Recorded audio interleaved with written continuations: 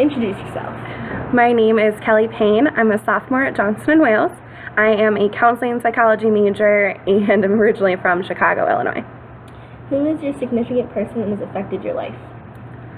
I would have to say it's my best friend Mike, who passed away 3 years ago on May 3rd from a drug overdose.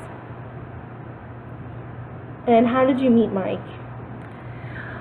Me and Mike met when our mutual friend Kelsey was trying to introduce me to Mike's best friend Jeff. And I had met Jeff. I wasn't a fan of him.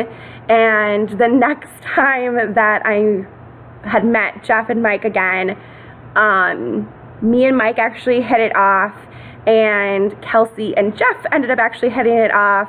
And so me and Mike started dating, and Kelsey and Jeff started dating. What kind of impact did Mike have on you? Mike really kind of opened me up to just kind of like being myself around other people. I was really, I wouldn't ever say that I was introverted, but it really made me just come out of my shell a lot more and be the true person that I really was, and not putting on this fake front in front of other people, and kind of just taught me how to learn it, to laugh at yourself, really. What is your favorite thing about him? There's a lot of things that I could say that I love about Mike. He was definitely one of the funniest people that I knew. And the other thing was that he was one of the first people I really was able to be myself around, and that was something I reminded him of quite often. So do you have a favorite memory with him?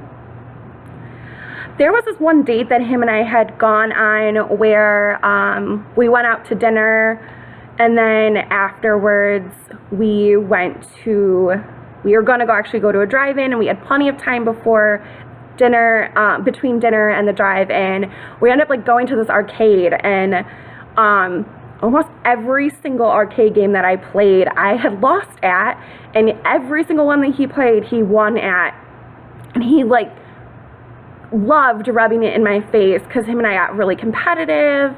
And then I remember just eating our leftovers in the car, and we watched 2 different movies at the drive-in. So after he passed away, how did it change your life?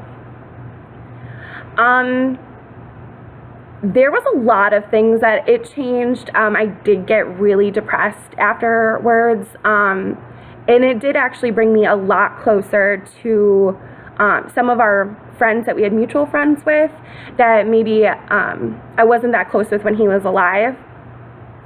I found out when I was at work, actually, through Facebook, and I didn't know for about 3 days how he had died because it was kept a secret. So really there was a lot of different impacts. It was my best friend had gotten taken away from me, so it was a really negative impact, really. But luckily with the support of all of our friends and family, a lot of us were able to continue to go on in our lives, unfortunately, without him. So who told you what actually happened? It was one of his best friends named Rich. I had contacted a couple of different people, including his mother, but it was really not being talked about because we didn't really want to publicize the fact that he was struggling with the drug addiction, and that was something he wasn't really public about either. So we had a few ideas of what had happened because we do know that he was unfortunately found at home. So we had kind of an idea, but what his best friend, it was his brother, they lived together. His friend Rich was the one who officially told me what ended up happening. How did it change your relationship between Mike's family and you? I was always really close with Mike's mom.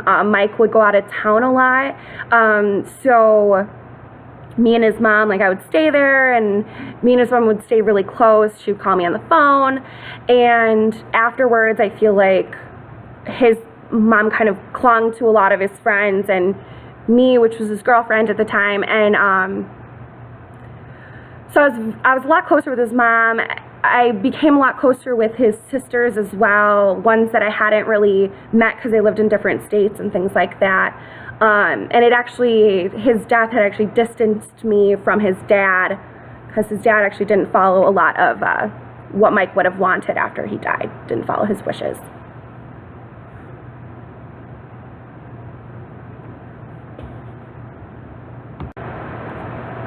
Is there anything you do to celebrate his life? On the anniversary of his death, the first year, a bunch of mine and Mike's friends got together and we went to Lake Michigan, which is where his funeral was actually held. And we all wrote little notes and put them into his favorite beer bottle and we threw it into the lake. Unfortunately, I've been in Providence every year for his anniversary, so what I've just been doing from here is really just talking to my friends and reminiscing of some good times that we had with him and funny stories and just kind of talk about him in general. And I mean, we do that really year round, but we do it a lot on the anniversary of his death. I just want to thank you for taking the time to talk about your significant person in your life. You're very welcome.